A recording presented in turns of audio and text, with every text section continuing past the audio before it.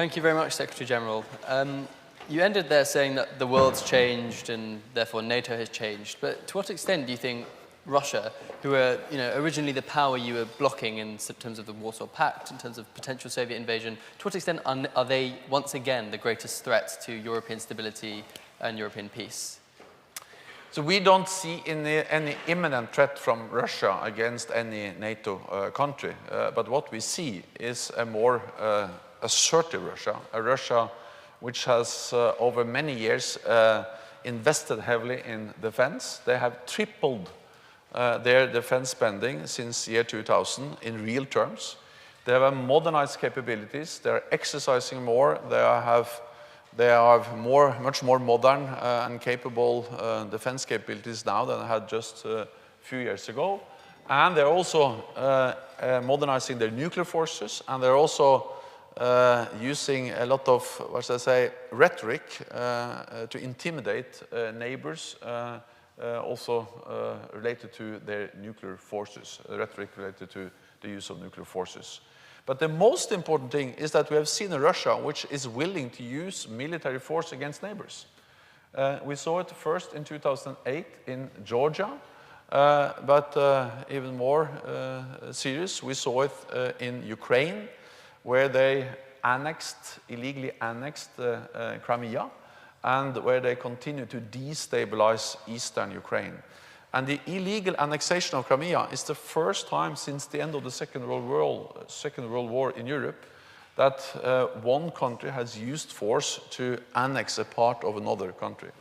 So all of this is the reason why we have stepped up, why we are investing more in collective defense, not because we want confrontation, not because we want a new arms race, but because we have to respond in a measured, responsible, proportionate way to make sure that there is no miscalculations in Moscow about our resolve to protect and defend all allies. So what do you think are the reasons for this sort of aggressive rhetoric, the increased defense spending? Are Russia simply paranoid, or is there an expansionist agenda? I think it's always, what should I say, I'm a bit reluctant to speculate too much about the thinking, but what we can see is what they actually do. And what they actually do is they are trying to re-establish some kind of sphere of influence in the neighborhood, to re-establish the thinking we had after the Second World War with the Yalta Agreement, where Europe was divided in spheres of interest. That is history. That is not a way to, what should I say, govern Europe, because that is undermining or violating the respect for each and every nation's sovereignty and a right to decide its own path. So we don't believe in spheres of influence. We believe in the independence and the sovereignty of all nations. But what Russia does in Georgia, in Moldova, in Ukraine, and in other countries is to try to, in different ways, to re-establish some kind of neighborhood which they control. And especially for the Baltic countries, which were part of the Soviet Union, of course for them it is extremely important to have the guarantees from NATO that we will protect them, that they will be independent, free countries, and that NATO is there to make sure that no one violates the sovereignty and the territorial integrity of those countries. So another place that Russia seems to have some influence is in the mind of President-elect Donald Trump, who has hinted that he might be willing to join Putin in Syria to re-establish the total rule of Bashar al-Assad and defeating ISIS in the process. If this is not simply rhetoric, and if it is true, what does it mean for NATO, and what does it mean for Russia's sort of former satellite states? First of all, the important thing is that I am absolutely certain that the United States will continue to be committed to NATO and to our collective defense and to US security guarantees to Europe. I spoke with President-elect last week on the phone, and he expressed strong support to NATO. He expressed strong support to the idea of NATO, of our collective defense, our security guarantees.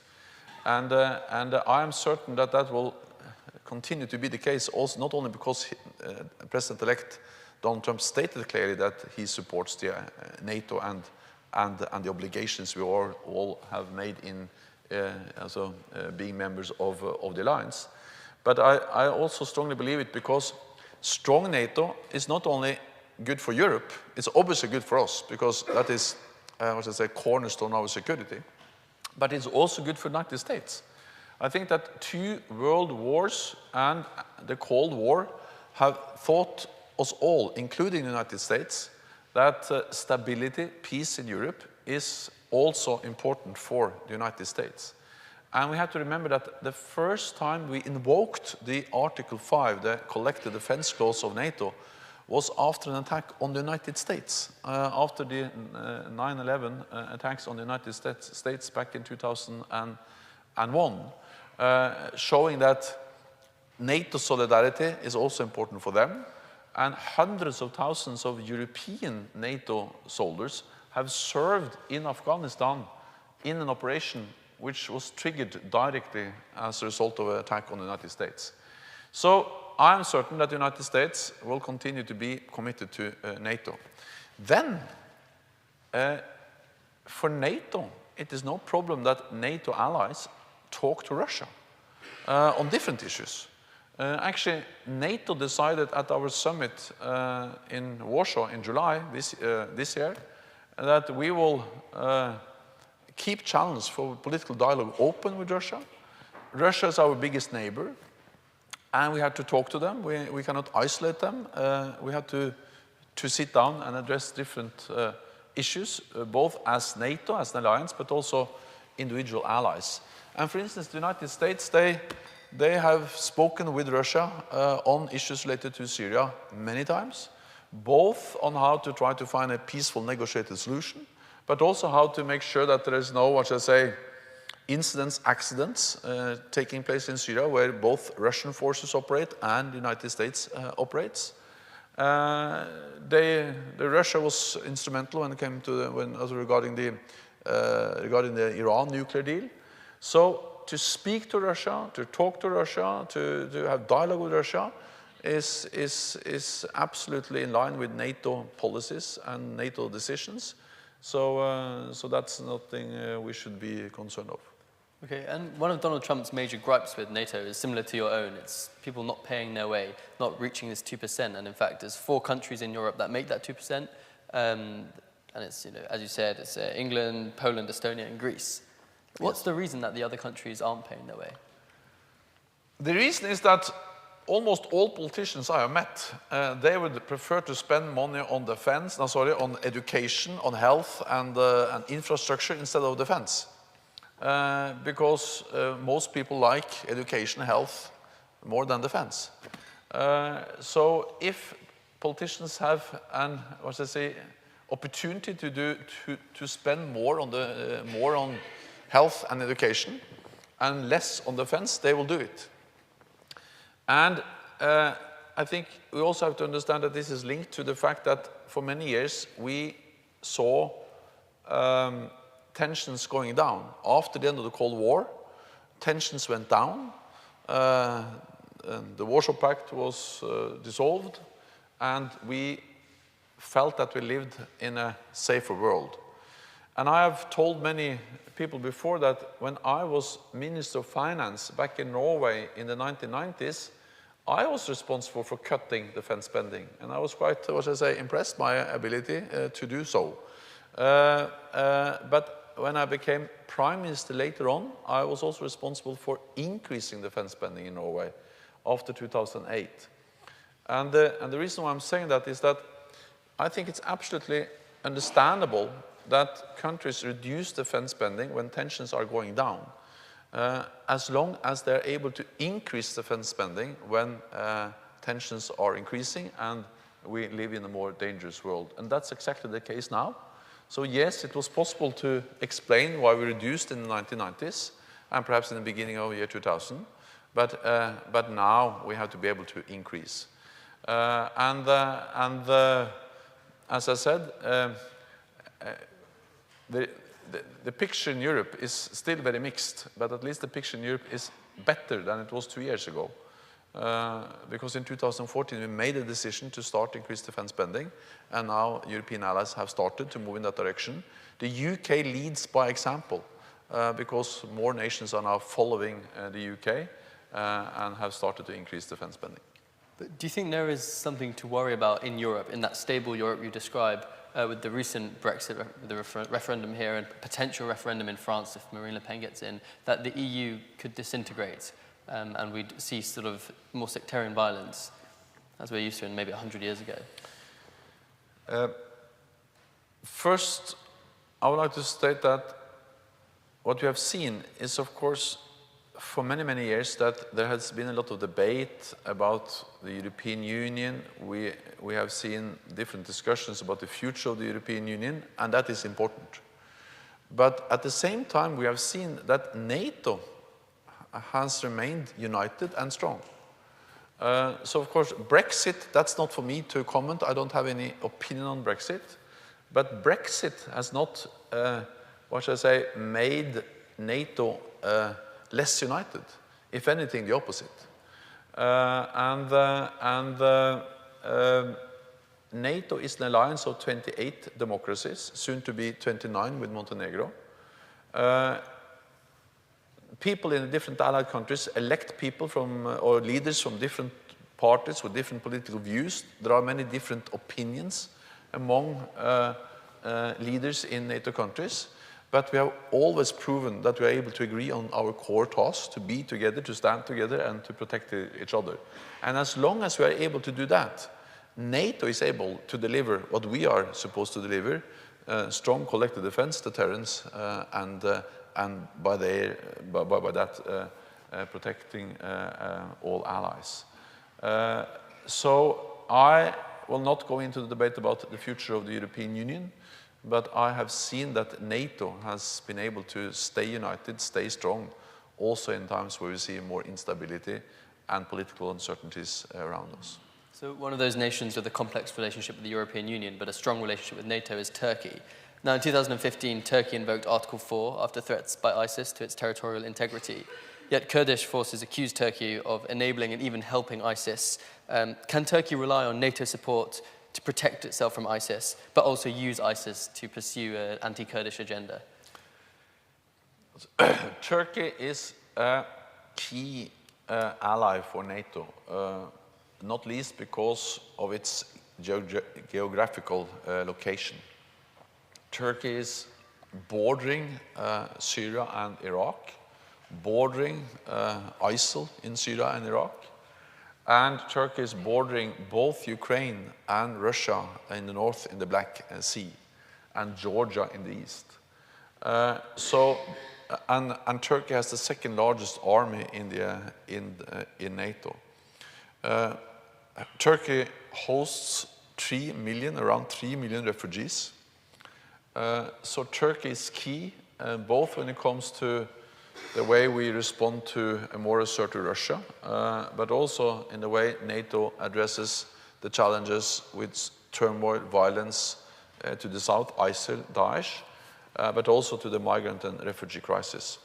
All of this makes Turkey important, not only for NATO, but for the whole of Europe and also for the European Union. Turkey is a member of NATO, but not member of the European Union. I visited Istanbul, where I met with President Erdogan on Monday. We discussed many different challenges we face together. But one of the challenges, of course, we discussed was the fight against ISIL. And Turkey has now stepped up its efforts to fight ISIL. They have ground troops in Syria and Iraq, where they fight ISIL. And the important thing for me is that there is maximum coordination between Turkey with its forces in Syria and US and other NATO allies which are present in the same countries. NATO as an alliance is not present in Syria. NATO as an alliance supports Turkey. We have increased our military presence. We call them assurance measures in Turkey. and we are supporting the alliance, but NATO as an organization is not responsible for the ongoing operations in Syria. So how those operations are conducted, I think it's right of me to leave to the US, Turkey, and the other countries which are on the ground. Thank you very much. I'd now like to go to the audience. If you have a question, put your hand up high and wait for the microphone to get to you. Could we go to the gentleman on that side? Yeah.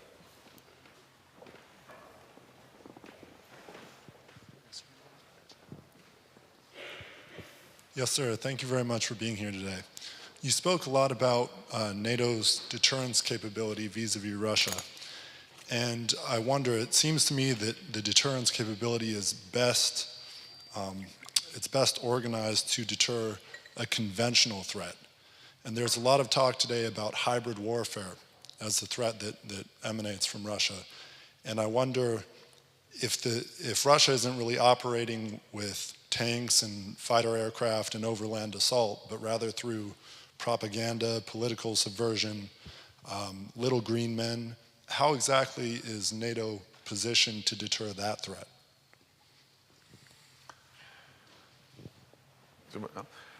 First of all, I think you're very right that cyber and different kinds of covert operations, sometimes called hybrid warfare, is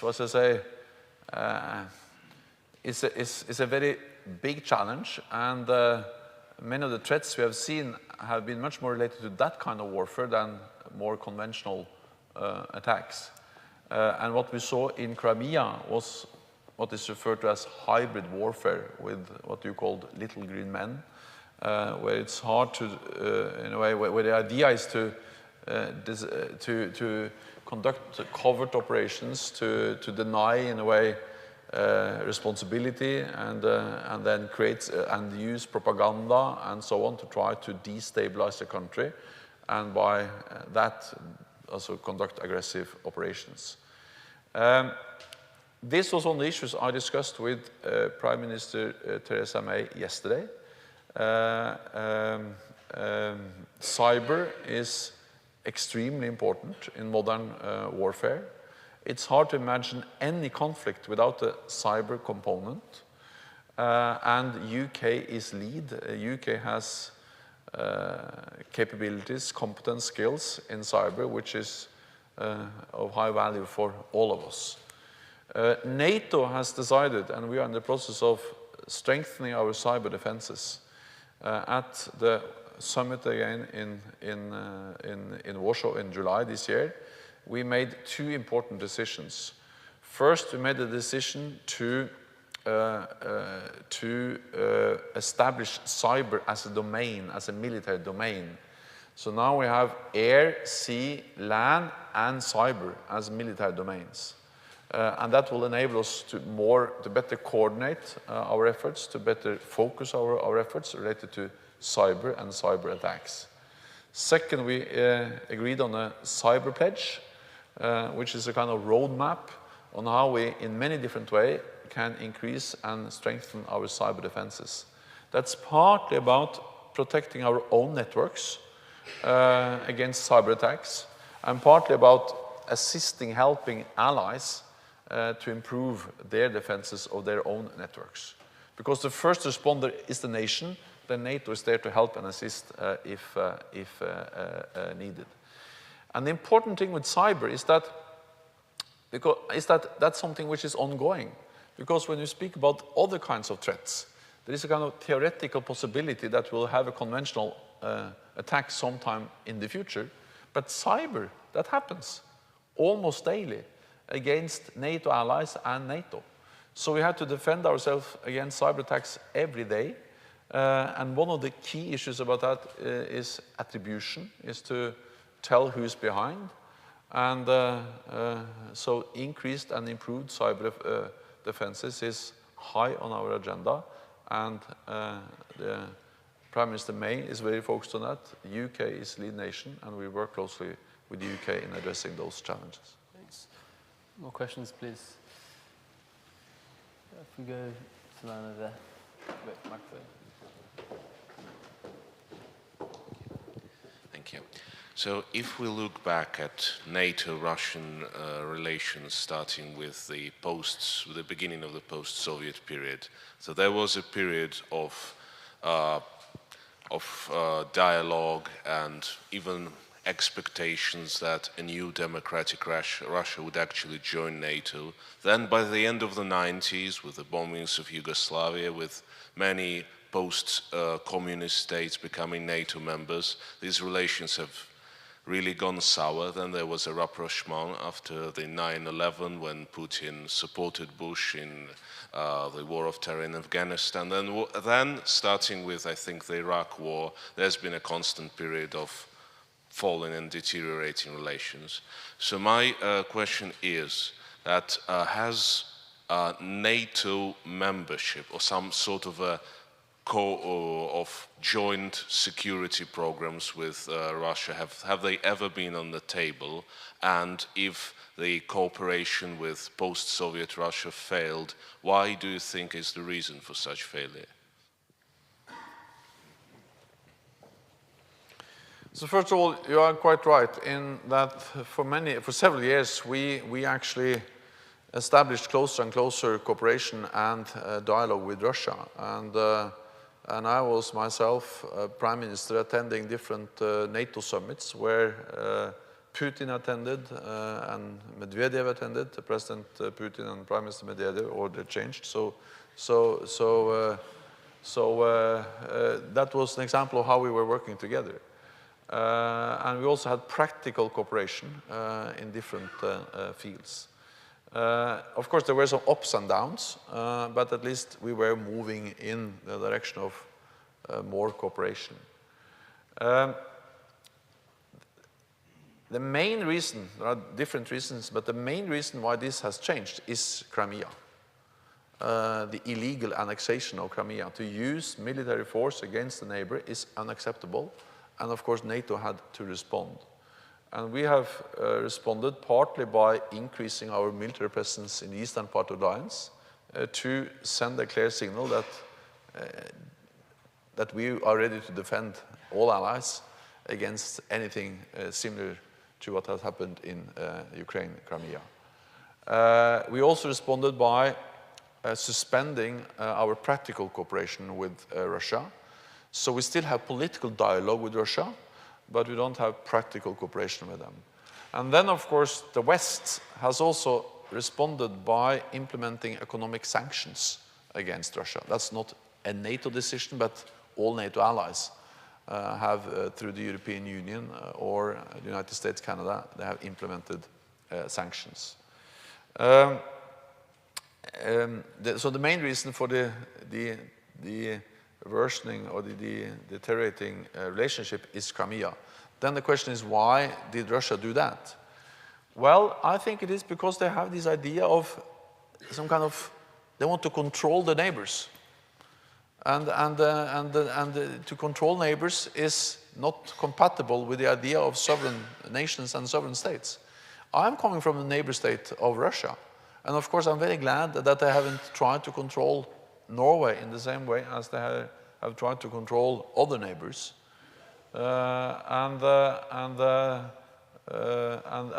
at the same time, one of the lessons I have learned from Norwegian politics is that it is possible to talk to Russians. It is possible to have a dialogue with them. And Norway, having a very long borderline in the sea, where we have gas and oil in the Barents Sea and the Polar Sea, but also on land, we have been able to work in a pragmatic way, both with the Soviet Union during the Cold War, but also with Russia. But the reason why we have been able to work with Russia is not despite of our membership in NATO, but it's more because of. Because as long as we are strong, as long as we are part of a strong military alliance, we have the best possible foundation also to engage in dialogue with Russia. So I believe that we have to stay strong, we have to stay united, but based on that we should continue to work and strive for a more cooperative and constructive relationship with Russia. We should continue to have channels for political dialogue open and manage our relationship with Russia as good as we can. and because Russia will not disappear, Russia will be there, Russia will be our biggest neighbor, and therefore we have to relate to them in the best possible way. Do you think one of the reasons you were appointed as Secretary General is because you have experience in this sort of cooperative dialogue with Russia from when you were Prime Minister? It's hard for me, in a way, to answer why the leaders of NATO appointed me. But at least what they have said, some of them, is that it has also to do with my put it another way. Of course, it has to do with my experience as a Norwegian politician, because that's what I've done all my life until I became Secretary General. So it's hard to imagine something else. And one important part of my political life in Norway has been to relate to Russia. Actually, when I became Deputy Minister for Environment back in 1990, one of my first tasks was to start to work with Russia on addressing pollution, the emissions of sulfur up in the Kola Peninsula, which damaged a lot of nature also in Norway. And I went to Zapoljarny and Murmansk and different cities there at the Kola Peninsula, and we discussed practical environmental cooperation. Then later on in the 1990s, I became Minister for Energy and Industry, and we had a lot of we had a Norwegian-Russian commission on industry and energy. We met in Moscow, we met in Oslo, and we developed a lot of projects on energy and industry with the Russians. And that was mutual benefit both for Norway and for Russia. And then when I was Prime Minister, we worked on the delimitation line, which is then the borderline in the sea, in the Barents Sea. But this is important partly because it's a big sea territory, but also because it divides the continental shelf, and there is oil and gas there. And we were able to reach an agreement with President Putin and Prime Minister Medvedev. That was good for Norway, it was good for Russia. And part of that agreement is also that we are going to cooperate up in the high north related to energy. And also when I was Prime Minister, I also, and that's still the case, we have to know that the Russian military, the 6th Fleet, the fleet up at the Kola Peninsula, they meet with the Norwegian armed forces every week. At least they communicate with them regularly to make sure that there are no misunderstandings, no incidents, and no accidents. We also have some joint exercises with them related to search and rescue and so on up in the Barents Sea. So the reason why I say this is that in the north, there is some practical, pragmatic relations between a NATO ally, Norway, and Russia. But that takes place based on some absolute principles that they respect our sovereignty, our territorial integrity, and actually they respect it so much that they agreed on a new borderline. And of course it's based on the knowledge that that Norway is a NATO ally. So even if Norway is not a very big power, they know that NATO is there to protect and defend us. So for me, Norway is an excellent example of how strength and dialogue, defense and dialogue, is not something which contradict each other, but reinforce each other. And I guess that's one of the reasons why I was elected to Secretary General of NATO. Thanks. Let's take another question from the audience. Let's go to the sort of turquoise jumper.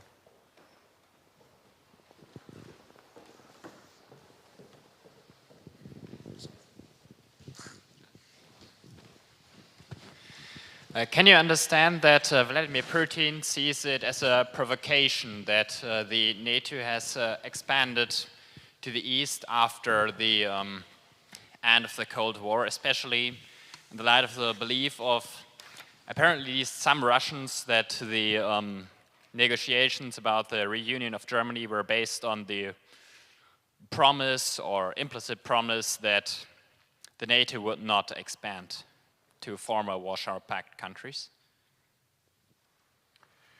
The answer is no. I cannot understand that Russia has the opinion that it is a provocation that NATO has enlarged with new members from Central and Eastern Europe. And the reason why I can't understand that and I cannot accept that is that I very much believe that every nation, big or small, east or west, have the right to decide its own path. So it's not in a way, it's not NATO that has expanded. It is Poland, Estonia, Lithuania, Latvia, Hungary that has applied for membership because they want to become members through democratic processes. And should we then tell them, no, you are not allowed to become a member of NATO because Russia will not like it? That's an impossible message. And it's violating everything I believe in when it comes to the respect for people to decide their own destiny and their own future. So the whole notion of NATO expanding sounds like we are in a way grabbing land. No, they are coming to us, asking for membership, and after a very thorough assessment procedure, and they have to qualify and meet standards and implement reforms, then they are invited in. But only as long as there are democratic processes and they meet the NATO standards, and after many years of assessment. So this is based on the idea that Russia has the right to decide the destiny of its neighbors. And Russia do not have that right, but neither do any other country. So for instance, on yesterday, I met the Serbian Prime Minister, and Serbia do not want to become member of NATO. That's fine. We respect countries if they say we don't want to be a member of NATO, and we respect them if they say they want to be a member of NATO. It's not for us to decide, it's for them to decide. And Russia should be more relaxed and accept that neighbors decide their own path. And that will be good for the neighbors and for Russia. Let's go to back middle. Yeah, you're turning around. Thank you very much, Mr. Secretary General. I wanted to ask you about Afghanistan. NATO has been involved in Afghanistan since 2003.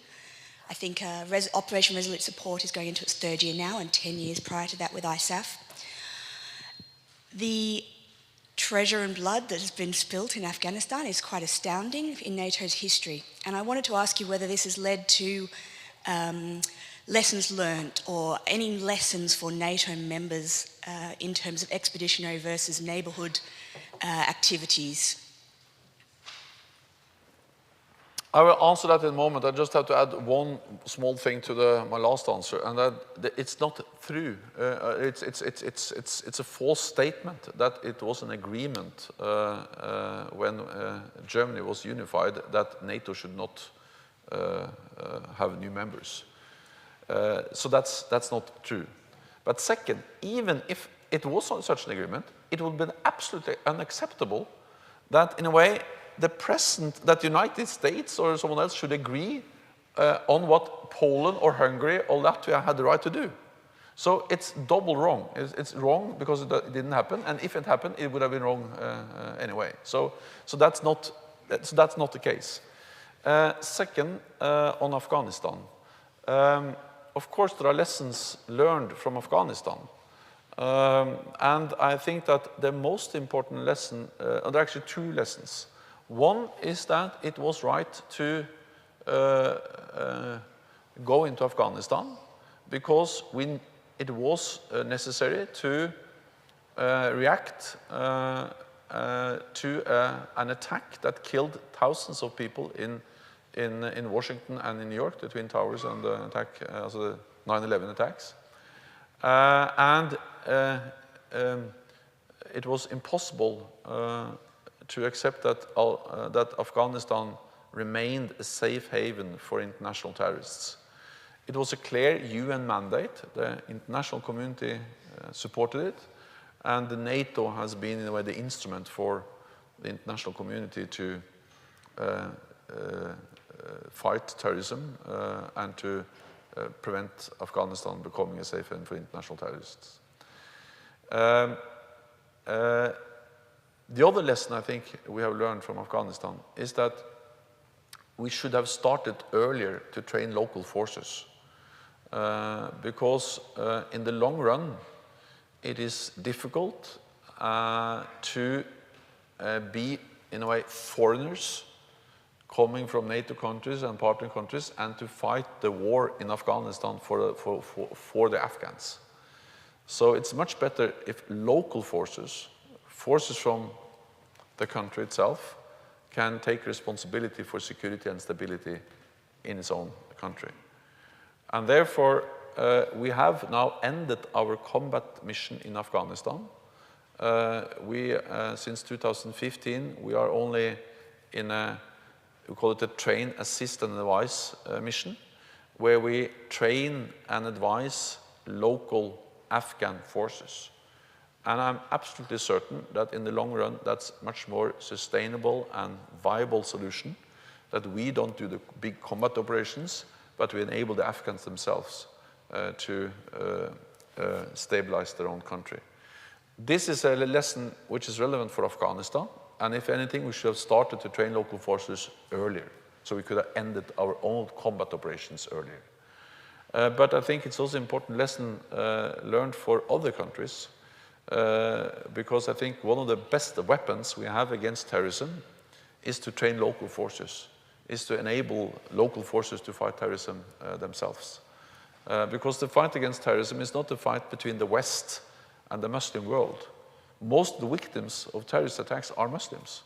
So we have to enable countries in the region, in the Middle East, in North Africa, to fight ISIL, Daesh, terrorist organizations themselves. In the long run, that's a more stronger weapon than we fighting their wars. We have time for one more question. Let's go to the person over there. Yeah. General Secretary, thank you for your time. I was wondering, what is NATO taking in steps into de-escalating the tension between the NATO alliance and Russia on a non-military basis? Thank you. What we do is that we keep the channels for political dialogue open in different ways. We have something called the NATO-Russia Council, which is a council that was established back in the 1990s, where Russia and the 28 NATO allies meet. This kind of dialogue is important because it is important in a way to just sit around the same table and address some of our different security challenges. And even if we don't agree on all of them, I think it's important that we talk, that we have dialogue, that we speak, because that at least helps us to find solutions. For instance, we have discussed Ukraine. We didn't agree, but I think it's important that we meet, discuss Ukraine. We have discussed Afghanistan, and we have discussed what we call risk reduction and transparency. And that is about how can we avoid incidents, accidents related to military activity. Because with more military buildup, more military activity along our borders, the risk for incidents, for accidents, has increased. And we saw the downing of the Russian plane over Turkey last year, and we had to try to do whatever we can to avoid that kind of incidents or accidents. And if they do happen, prevent them from spiraling out of control and create really dangerous situations. So the higher tensions, the more military activity, the more important it is that we have direct dialogue, direct contact to avoid misunderstandings and miscalculations that can create really dangerous situations. So we do this, we continue to do that, and of course we also then continue to meet on political level. I have met Foreign Minister Lavrov. My Deputy Secretary General has contact with her counterparts with Russian officials. So we continue to have, and also many NATO allies have on a bilateral level contacts, a dialogue with Russia. I mentioned Norway, but also other NATO allies engage with Russia in different ways, for instance, the United States. The other thing is that NATO's response, our increased military presence, for instance, in the Baltic countries, is measured, is responsible. We speak about battalions, which is an important but limited military presence. So there's no way that can be a threat. NATO does not pose any threat to any country. So we also calibrate our military response in a way that contributes to keeping tensions down. We are there not to provoke, we are there to prevent conflict and to provide the necessary deterrence to make sure that all allies are safe in a more unstable world. Thank you. Ladies and gentlemen, firstly, join me in thanking Secretary General Jens Stoltenberg.